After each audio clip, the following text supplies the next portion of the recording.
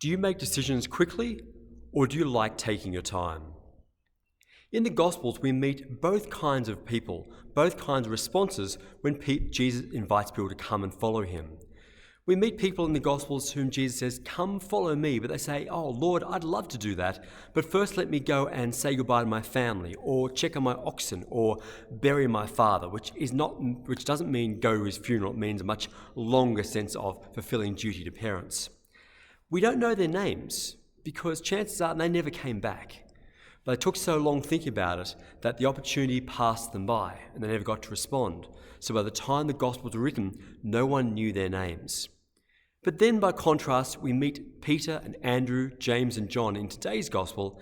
And when Jesus comes to them and says, "Come follow me, I'll make you fishers of men," they probably had no idea what being fishers of men was going to mean. But we hear they straight away dropped their nets and followed Jesus. And it's an extraordinary response that they would immediately leave behind all they were doing because Jesus was just so attractive, so wonderful. They wanted to be with him no matter what. This becomes for us a model of how we might also respond to Jesus, that to delay and to delay and delay is ultimately to say no.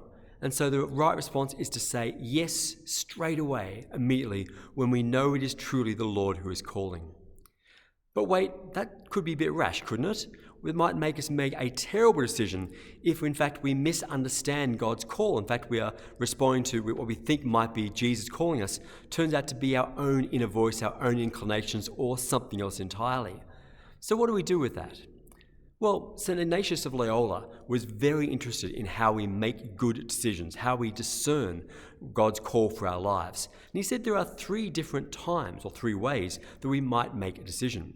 He said the first is when we are so overwhelmed and we are so clear that it is indeed God calling us. And he's often cited that the call of the apostles here, Peter, Andrew, James and John, is a prime example of that. It's really clear who it is who is calling them, what he's calling them to, so they make an immediate yes to him. The second time is because that doesn't happen very often in our lives.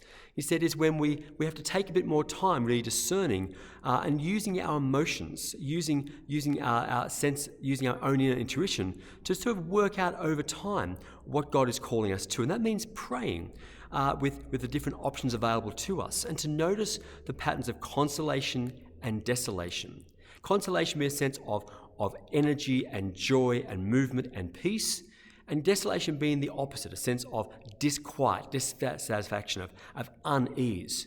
That if we are willing to pray over time and discern option A, yes or no, option B, yes or no, and to notice how we sense God's presence to us in each of those processes, we'll over time perhaps gain a sense of this is what God is calling me to because I sense peace, tranquility, joy and attraction to this option, and I sense unease and disquiet when I consider the other option. That's the second way that Ignatius we might make a choice.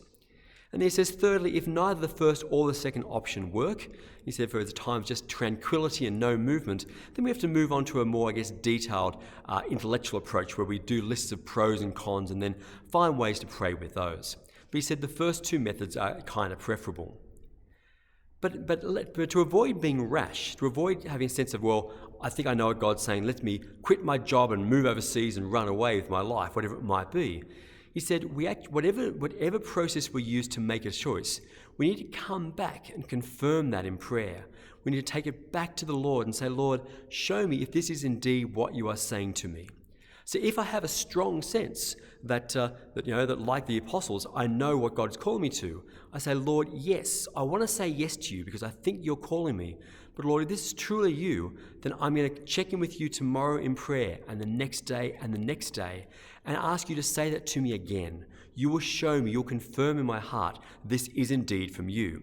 And if it's not of God, chances are the next few days, the feelings will change, will become much less obvious, much less certain. It might be a sign that we made the wrong initial decision. We have to go back to square one and perhaps pray with those second and third methods again.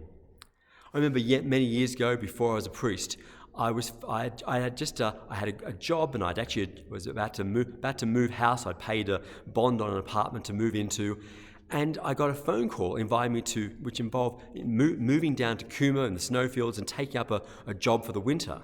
And I said, oh, look, I'm sorry, no. Look, I've actually got my things lined up. I'm moving house. I've got everything lined up, so thanks, but no thanks. But that, I straight away had a really strong sense of unease, like I had just done something terribly wrong. So I sat down and moved into prayer and prayed about that. It became increasingly clear this was the wrong choice. So I prayed again and said, Lord, are you asking me to say yes to this? And then a sense of joy and enthusiasm raced through me, which began to be a sign this is what God's asking. So I waited for the next day. I slept on it. The next morning I prayed again, prayed with a sense of, Lord, are you saying to me, yes, I should take this job? And against all rational decisions, about financial decisions and other things, there was a sense of real joy and anticipation in this. And as I thought about saying no again, I felt again that same unease, that disquiet rise up within me. So I bit the bullet. I phoned that company and said, is the job offer still there? Can I come? And they said, yes. How soon can you be here? I said, I can be there in 2 weeks. So I did make that decision, which turned out in hindsight to be one of the major good choices of my life. So that's a little, insight perhaps into how we might use the enthusiasm, the clarity that the apostles had when they heard Jesus call to them, but also use a little bit of the discernment which Ignatius teaches, which is really well established in the entire Catholic tradition, to both be open to the Lord inviting us to follow him, but then also a little bit cautious and ask him to confirm for us. Because our big decisions, whether that's marriage, having children, religious life or priesthood, moving country, changing career, these are major life choices which God is interested in. God will speak to us about, but he wants us to be cautious and be careful in prayer, but not to defer making decisions forever, because to defer forever is to say no. But smaller choices about, will I phone that person? Will I say yes to this dinner invitation? Will I join this group or this ministry? These are perhaps smaller decisions which we might make a little more readily. But again, if it's not an instant clarity, to be willing to take it to those next two methods of a prayer of discernment involving consolation, desolation, or being willing to consider all the pros and cons and pray with that. This is what Ignatius said is a good way to make a decision or an election in his wording. So let's be open this week as we see what, as a new year begins, what opportunities God may place before us, and be willing to say yes, but then prayerfully discern what God's call to us may be.